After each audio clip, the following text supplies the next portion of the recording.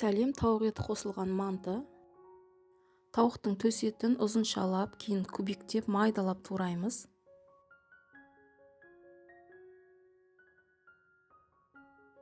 Тауықтың төс еті жұмсақ болғандықтан оңай әрі тез туралады.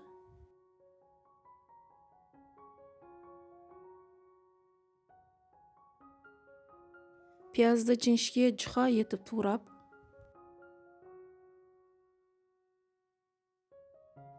тұз, қара бұрыш, сұйық майды қосып, пиязды жақсылап езіп, етпен араластырамыз.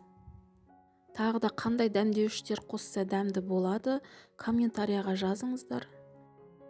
Ұнға тұз, жұмыртқа, жылы су қосып, қамыр илеп, қамырдың бетін жауып тындырып қоямыз. Қамырды бөліктерге бөліп, орташа жұқа етіп жаямыз. Қамырдың қалыңдығы қалауыңыз бойынша жайылады.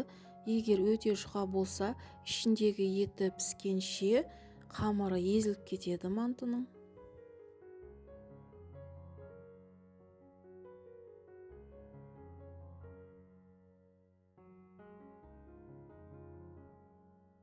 Қамырды төрт бұрыштап кесіп алып,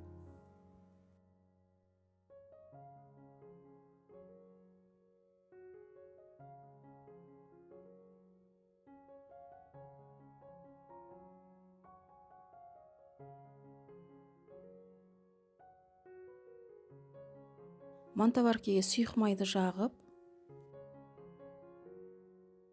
қамырға салмасын салып, жан-жағын жабыстырып манты бүгеміз.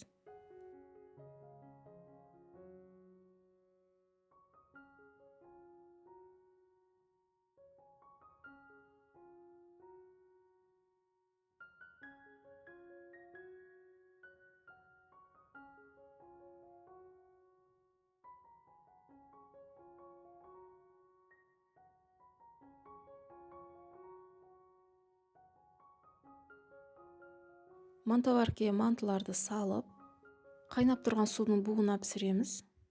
Табаға сары майды салып, аз ғана тәтті паприка, қызыл ащы бұрышты қосып қуырамыз. Қалауыңыз бойынша подливке пиязды немесе сәбізді турап, қуырсаңыз да дәмді болады. Ас болсын.